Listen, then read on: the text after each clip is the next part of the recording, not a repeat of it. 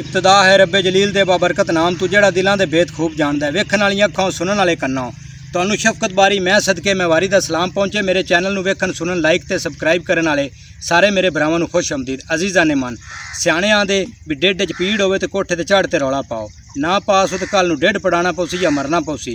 बंदा सी तो उन्हें उबलदे पानी दे विच डड्डू नूं सट्टिया जाए। डड्डू दी चमड़ी बड़ी सख्त हुंदी है। वो उत्थे विच कूछ लिया कुद्या कोई ना उसको जंप किया।